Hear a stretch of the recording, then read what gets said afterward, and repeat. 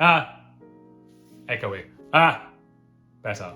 All right, bit of a different angle today, a bit of a different environment, trying something new. So I recently turned 30. I wanted to have this video out before I turned 30, but you know what? I'm getting old. I'm slowing down. But when I started scripting this a couple months ago, I was still well and truly 29, and I thought this will be something quite good for me as I'm processing moving on to this next chapter in my life. I can look back at the past decade and all the things that I've learned and understand that it hasn't really just flown by. There is a lot that's happened. And it's like, okay, maybe I have changed just a little bit. And not just physically, but mentally as well. If I think about all the things that I've experienced and learned in the last 10 years, I'm definitely in a far better mental space than what I was when I was 20. So the following are some of the most useful things that I've learned throughout my 20s that I will definitely be taking with me into my 30s. Still sounds weird. Now I'm aware some of these things are logically quite obvious, but logic be damned, it still took most of my 20s for me to properly internalize and start to believe. So first up, it's all about small steps, not big leaps. I really wish that I had been able to come to this conclusion earlier than what I had, but I'm grateful that I came to the conclusion at all, because for most of my 20s, I always felt like I had these big goals that were just out of reach, that they were this huge leap away, and one day I'd have to take that massive leap, but I didn't know when that day was. And I just felt like time was getting away from me all the time. I wanted to achieve so many things, but I never allowed myself the time to actually work on any of them because nothing felt like a big enough step, because nothing was a good enough use of the time. Which I know, logically, doesn't make a whole lot of sense, but I also know that a lot of people are going to be relating to this right now. So, hi, how you doing? I feel ya. So, want to know the secret? That big goal you have, break it down. Break it down and keep breaking it down until it's a small enough goal that you can start working on it right now. If it's too big to start actioning immediately, break it down further until it is big enough that you can just work on it. Eat it.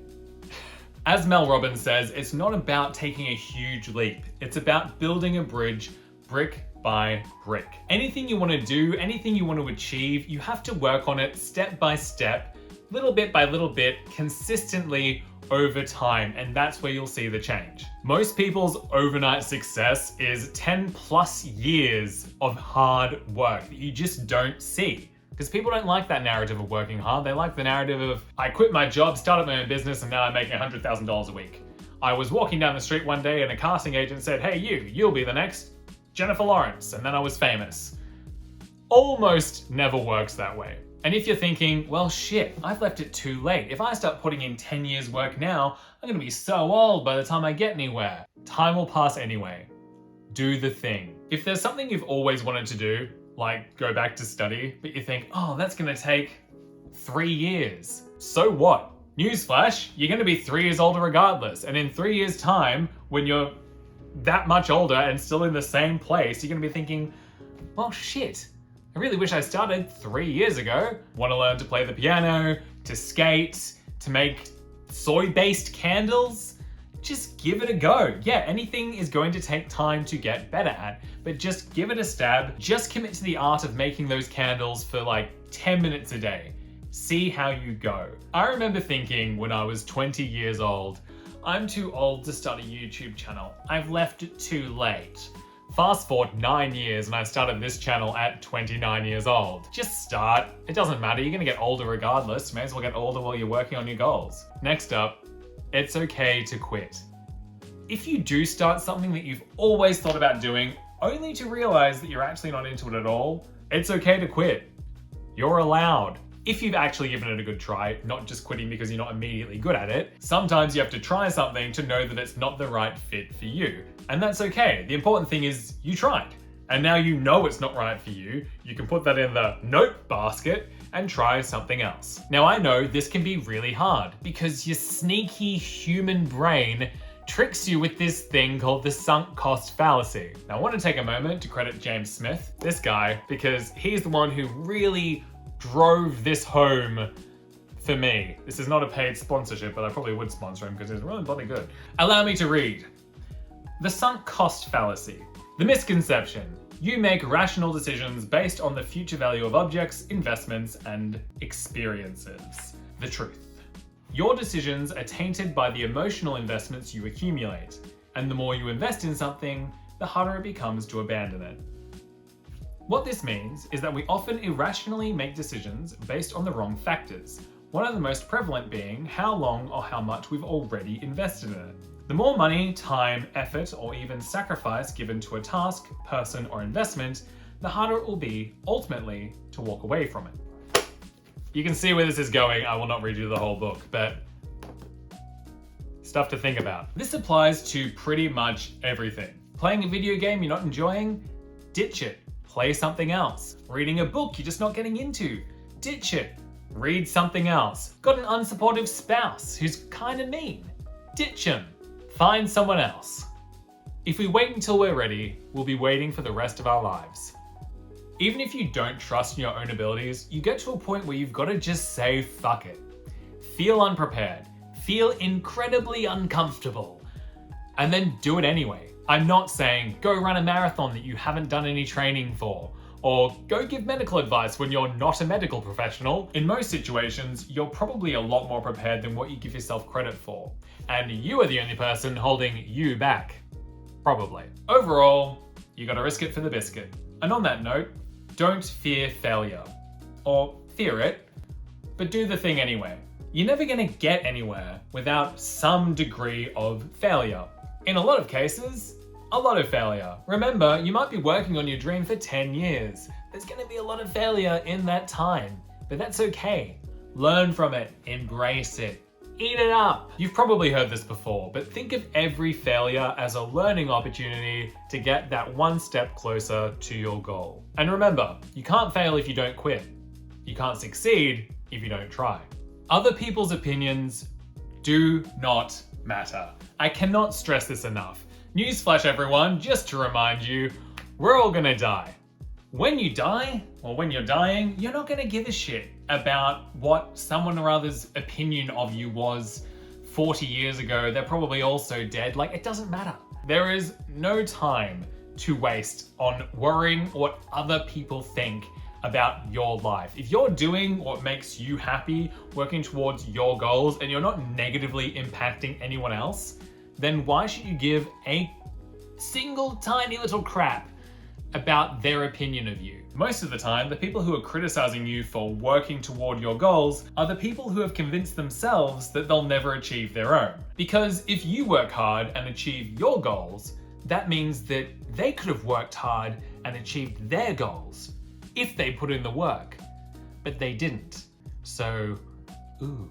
James Smith, again, has this great analogy about rocks. And maybe I'll butcher this a little bit, but essentially what it is that he says, imagine people's negative criticisms as a big rock or a boulder.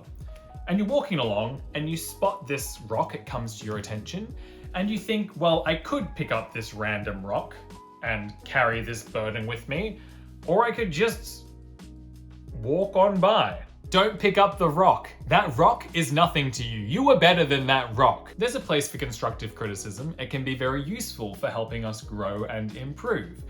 But that's from people who you respect and trust, not from random internet trolls. Conflict is okay. I spent the majority of my life avoiding conflict like the plague. I rocked no boats, but sometimes conflict is necessary in order to stick up for yourself or others. If, historically, you're not the best with conflict, like me, then just start small. If somebody gets your coffee order wrong, take it back. Be polite, of course, but get the correct order that you paid for, and don't feel bad about it. My friend and I ordered burgers the other day. We paid $20 each, and when they arrived, they were cold. And I was all, ooh, should I return it? I don't want to be difficult. And then I was like, wait, Of course I should return it. I paid $20 for this and it's cold. It was totally fine. They were very apologetic. We got new hot burgers, which is what we should have got in the first place. Respect yourself enough to be willing to put yourself in a little bit of conflict. I'm not saying go and pick fights for no reason, but I am saying it's okay to stick up for yourself and others. Nobody actually knows what they're doing. I really beat myself up mentally in my 20s because I just felt like I had no idea what I was doing. And I looked around and I thought, how does everyone else know what's happening with life? How are they all so on top of it and I just have no idea? Something is wrong with me. And then I stumbled across this article about a guy in the same mental space that I was, and he said that he was sitting in a restaurant, feeling overwhelmed, looking around at all the other people in that restaurant and just thinking, how do they know what they're doing? How do they have their shit together? When he suddenly realized no one knows what they're doing. And reading about this guy having this epiphany made me have that same epiphany, and I was like right there with him. There is no one way to do life. Nobody asked to be born. Everyone's just here, living by some rules that somebody made up at some point, and nobody knows the answers because there are no answers. You just figure shit out as you go and stop comparing yourself to others. Allow white noise time. Meditate. Go for a walk without headphones.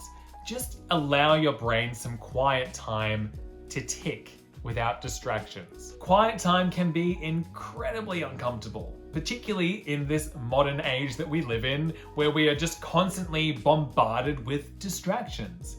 But living a life where you're constantly distracting yourself from how you actually feel and not letting yourself process anything will bite you in the ass in the long run. Surprisingly, you don't need a relationship.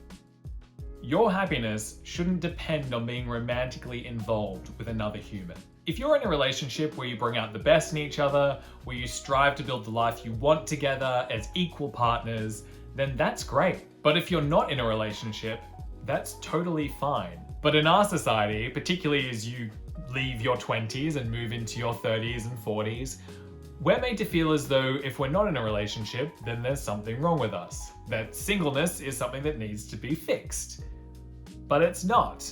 There's this idea of having to find your other half, which I've always hated because we're not incomplete humans when we're by ourselves. We are complete, whole individuals. Even if we're in a relationship, there's just two complete individuals who happen to spend a lot of time together and love each other and stuff, I guess. My point is, we are whole, complete humans by ourselves. And it's infinitely better to be single than in a bad relationship. And finally, things don't make you happy.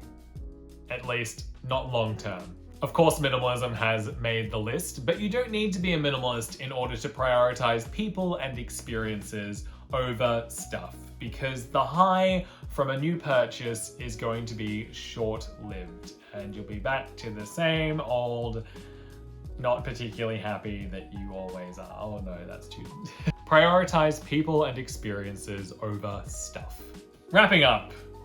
So those are some of the most important things that I learned in my 20s that I will be taking with me through to my 30s. And I probably could make a whole another video on more tips, but I'm not going to do that right now, maybe later. Let me know the most important life lessons you've learned down in the comment section below. If you like this video, please don't forget to subscribe. No pressure, you don't have to. That's a thumbs up, that's not a subscribe. Everyone who has subscribed lately, thank you so much. I've been rather lax with the video uploading. Ooh, sorry, I blame university. But anyway, welcome. And until next time, bye-bye.